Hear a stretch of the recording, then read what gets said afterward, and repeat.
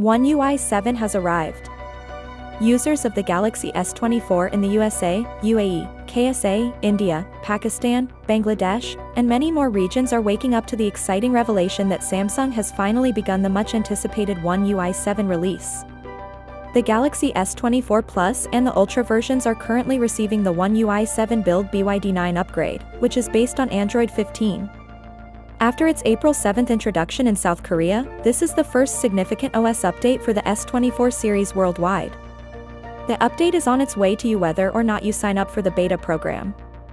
Long-term performance and support are now guaranteed for S24 owners with 6 additional Android version updates and almost 6 years of security fixes. Additionally, there is more excellent news for US Galaxy fans. The OneUI 7 rollout for unlocked Galaxy S24 handsets has been restarted by Samsung. Devices are already receiving the upgrade, known as version BYD9 and weighing more than 400 megabytes. Your turn is imminent if you are on a carrier-locked model, such as T-Mobile, Verizon, or another one. Although the OneUI 7 launch was delayed, you can check if it's available for you by going to Settings, updating the software, and making sure your phone's battery is fully charged before installing. You should also make sure you're connected to a reliable Wi-Fi network. With the OneUI 8, which is anticipated to launch in the upcoming quarter along with the Galaxy Z Fold 7 and Z Flip 7, Samsung hopes to get back on track.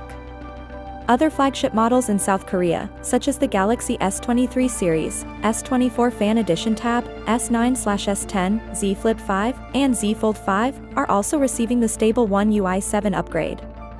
Depending on system stability, Samsung may surprise everyone with an earlier rollout, but the global availability of these devices is planned for May 2025.